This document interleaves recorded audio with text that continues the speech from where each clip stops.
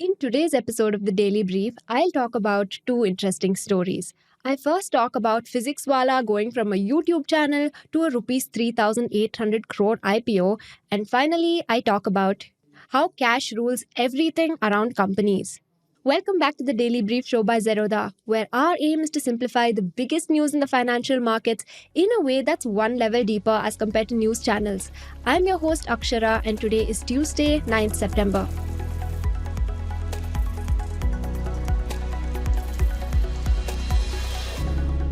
Coming to the first story.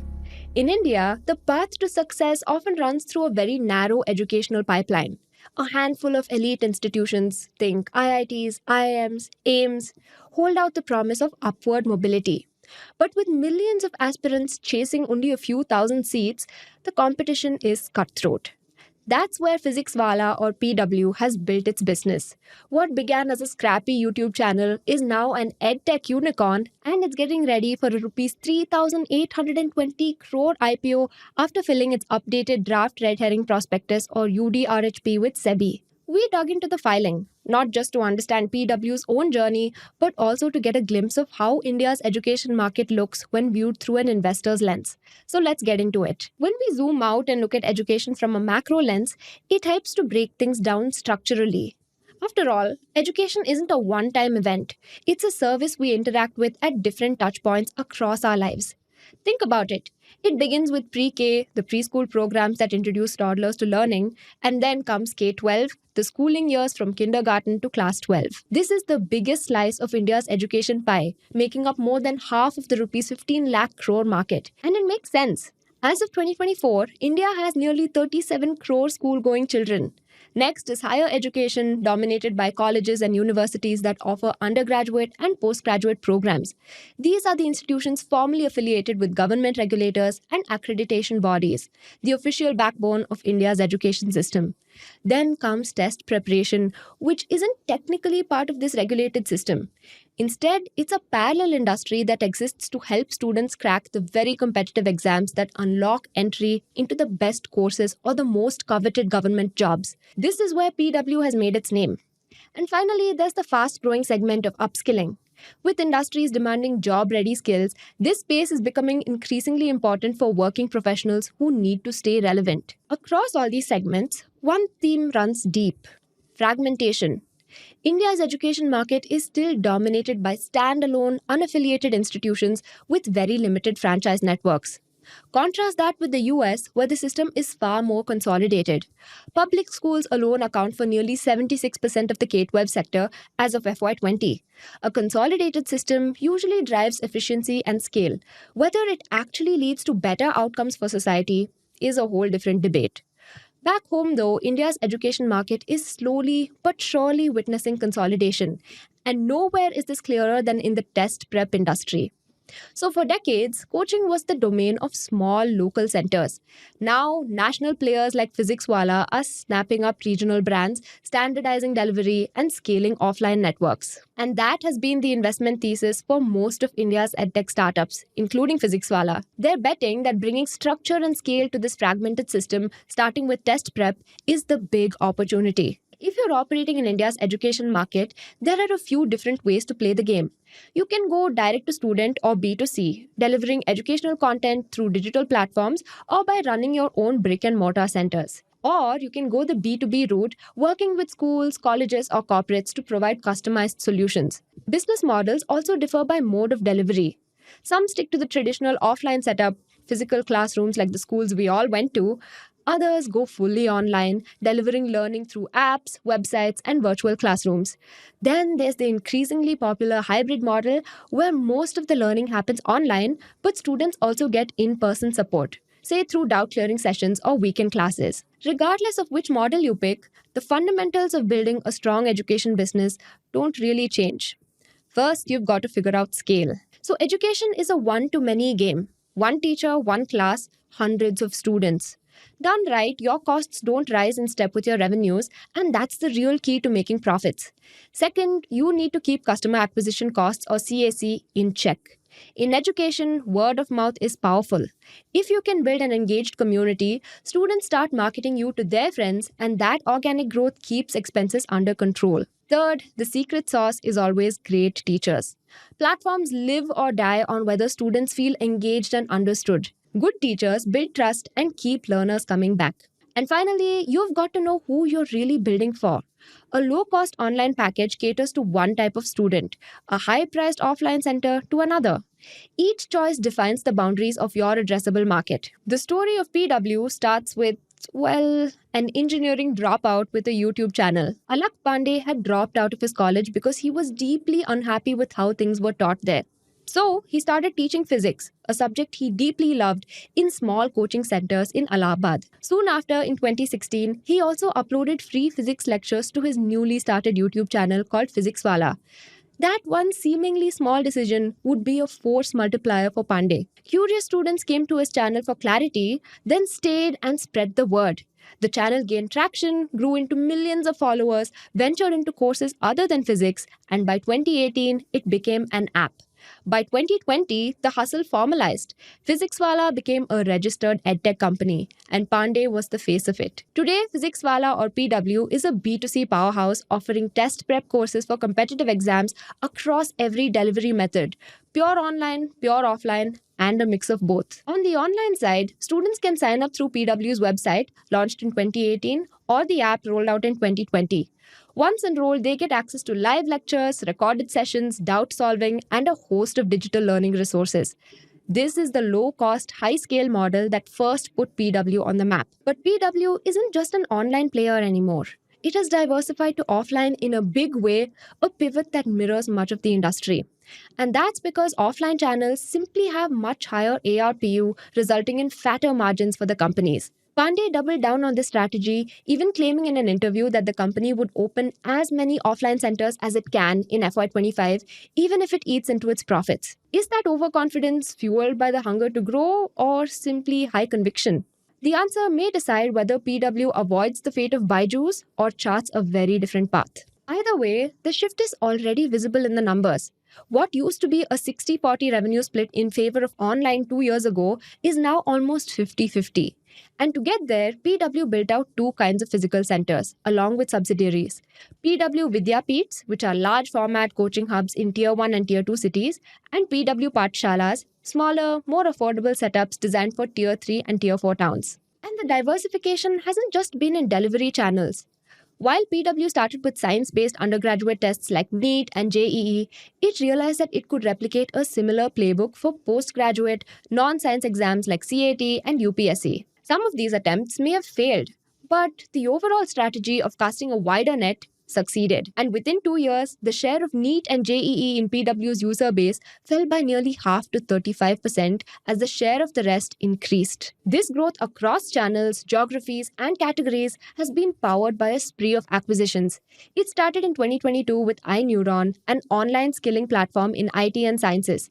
It failed, forcing PW to book a loss. Around the same time, it also picked up Only IAS to capture a space in the UPSC test prep market. In 2024 came Xylem Learning, a Kerala-based multilingual edtech player, giving PW a strong presence in South India.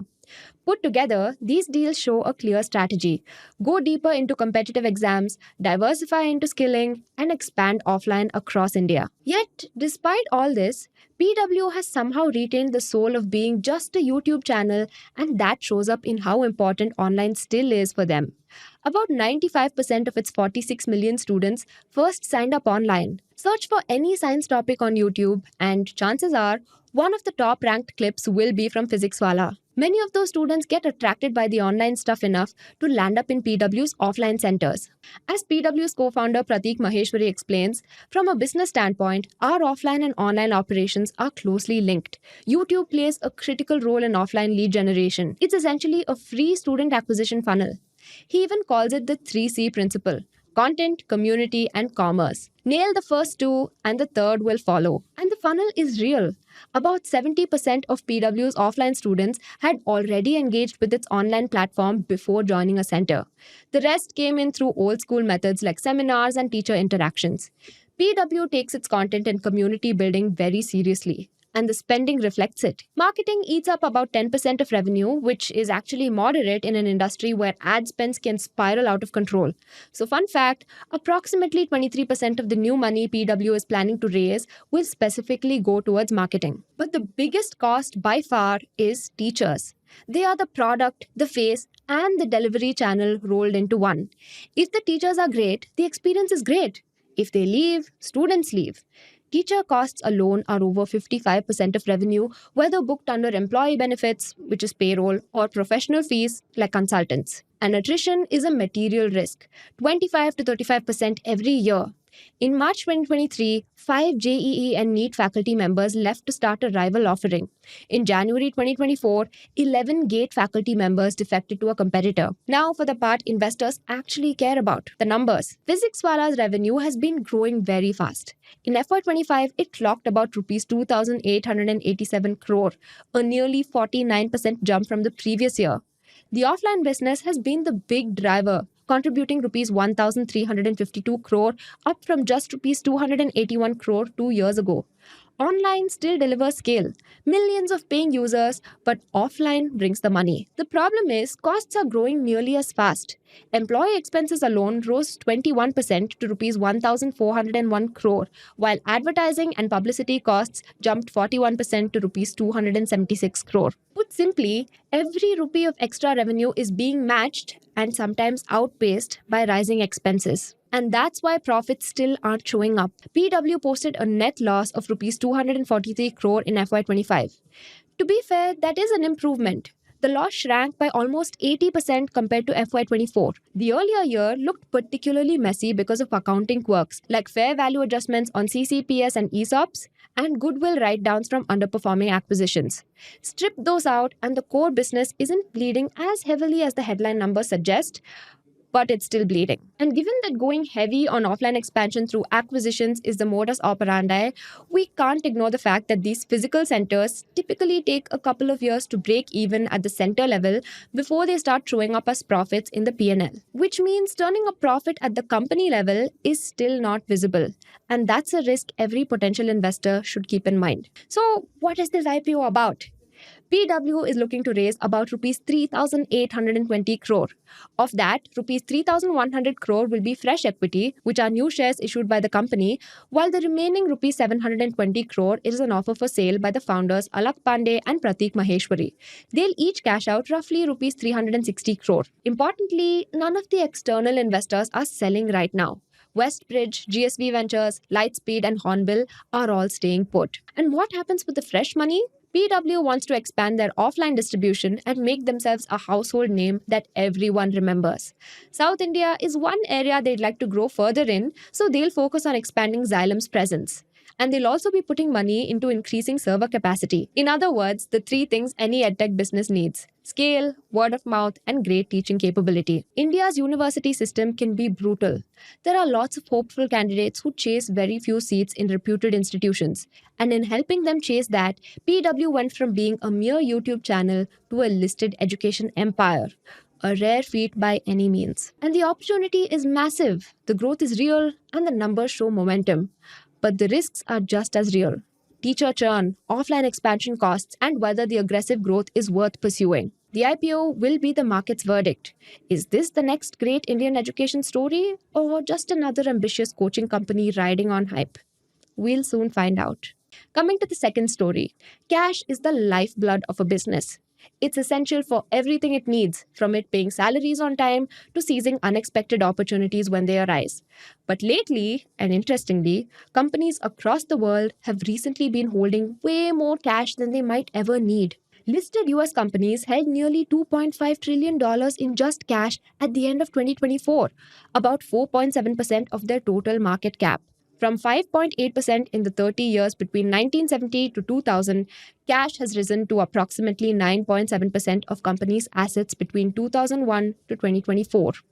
And this isn't just an American phenomenon. From Indian IT giants sitting on billions to European manufacturers stockpiling reserves, the global corporate cash pile has swollen to unprecedented levels. So, what's really behind all of this?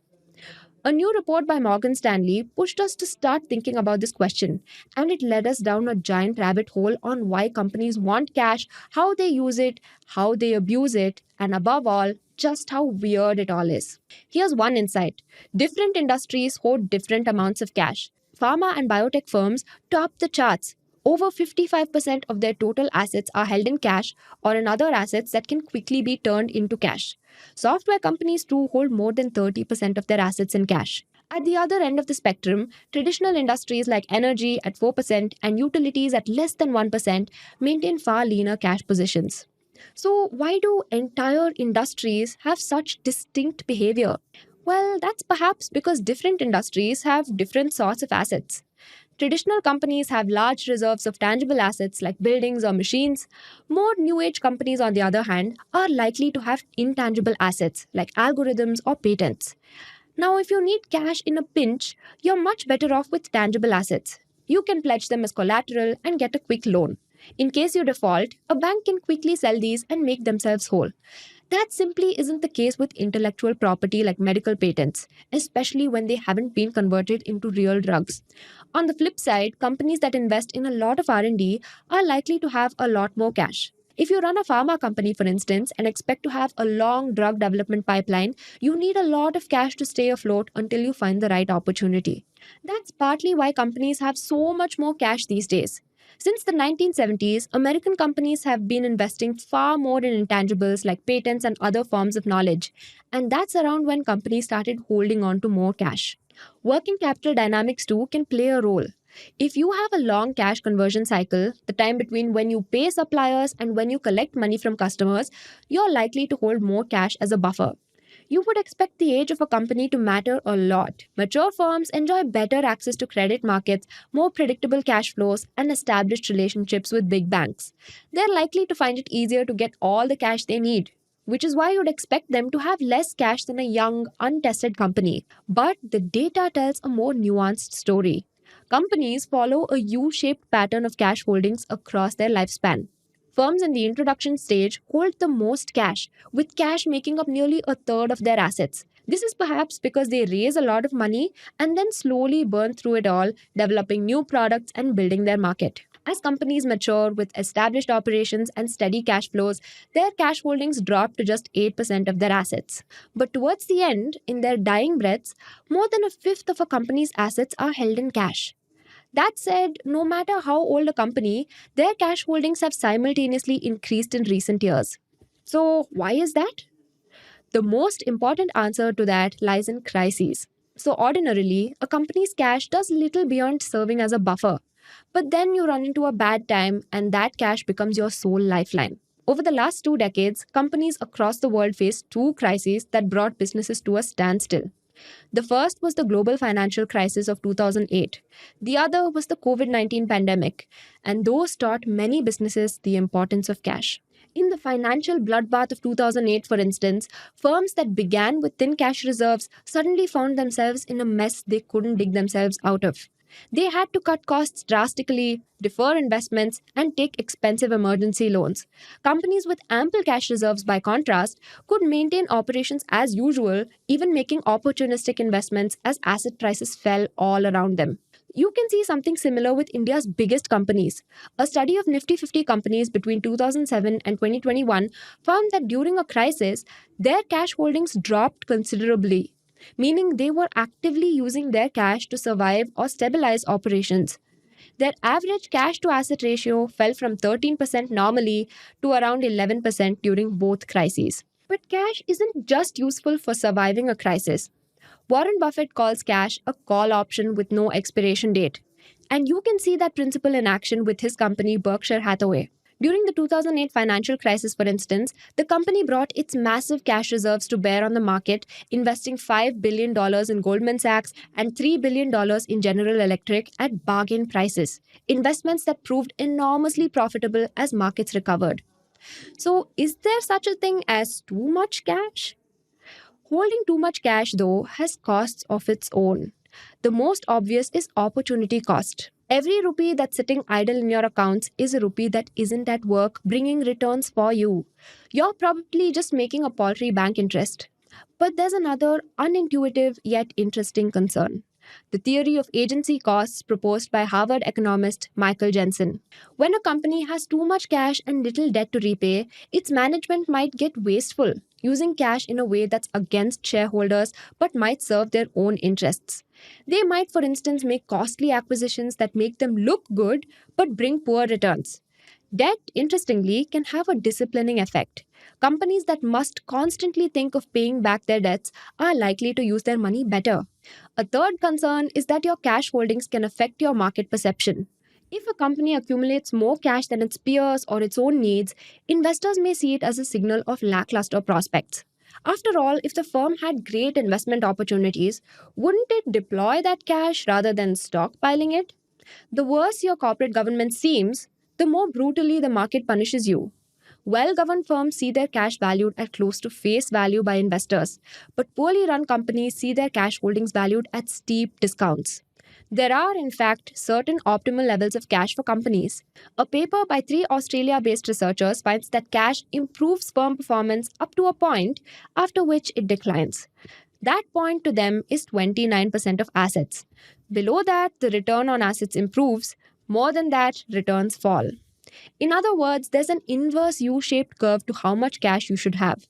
What a company does with its cash often is a matter of where it is. In developed countries, cash and debt levels are negatively correlated. If you can access cheap loans, you're likely to have less cash on hand. In India, on the other hand, cash and debt are positively correlated. Unlike the developed world, we don't have well developed finance markets where firms can access credit quickly and cheaply. With our high interest rates, Indian firms face a higher chance of falling into financial distress. And so, well run Indian companies are more likely to keep cash at hand. For Indian companies, cash makes up 12% of their assets, much higher than 9% for US firms. Others have it worse. For Chinese companies in the 2000s, that same ratio was a whopping 20%. For developing countries, access to external funds can be deeply uncertain and political and can dry up very quickly when the times are rough. But it gets even weirder. A paper by Ravinder Kumar Arora finds that in India, firms with excess cash that see profitable investment opportunities shockingly spend less on capital expenditure than those with excess cash but poor investment opportunities. So, the existence of investment opportunities reduces one's propensity to invest. And all of this is a glimpse into a simple fact: cash is a strange commodity. It's bad to have too little, it's bad to have too much. And not having cash could ruin you in a crisis. But having cash might make your company look like it's run out of options. There is perhaps an ideal level of cash that a company might want. How much, however, can vary by the industry, by the age of a company, and even where it does its business. The line between prudent cash management and excess hoarding clearly is thin and will continue to shift. The companies that will perform best, though, are the ones that will identify that line and know how to tread it skillfully. Now, coming to the tidbits. Adani Power and Bhutan's Drok Green Power Corporation, or DGPC, have inked agreements to build the 570 megawatt Wangchu hydroelectric project at an investment of approximately rupees 6,000 crore. The plant will run on a BOOT, or Build, Own, Operate, Transfer model, with construction starting in early 2026 and completion expected in 5 years. Designed as a peaking run-of-river facility, it will supply Bhutan's winter demand while exporting surplus power to India in summer. Now coming to the next tidbit. Akasa Air has overtaken SpiceJet to become India's third largest airline by revenue in just 3 years after launch. In Q1 FY26, Akasa reported Rs 1,399.6 crore in revenue, while SpiceJet slipped to Rs 1,059.8 crore. Market share tells the same story. Akasa at 5.5% compared to SpiceJet's 2%. SpiceJet, on the other hand, is battling shrinking revenues, delays in staff salaries, and a dwindling fleet of which only 40% is operational. Now coming to the next tidbit. A new US Senate bill called the HIRE Act proposes a 25% tax on American companies that outsource work to foreign countries like India. This could significantly impact India's $100 billion IT export industry, which relies heavily on contracts from US firms like TCS, Infosys, and Wipro. The tax money would fund American worker training programs, with the rules taking effect from January 2026 if passed. Still, experts say the passage of this bill is unlikely. Coming to the final tidbit, India's Finance Minister Nirmala Sitharaman announced on Friday that the government will roll out a relief package to help exporters hurt by steep US tariffs that have reached as high as 50% on Indian goods. The package will include measures to handhold affected industries, with the government planning to offer credit guarantees on loans for small businesses and exporters hit by the tariffs. That's all the news I have for you today. Thank you so much for watching and see you in the next one. Disclaimer: this content is for informational purposes only. None of the stocks, brands, or products mentioned are recommendations or endorsements.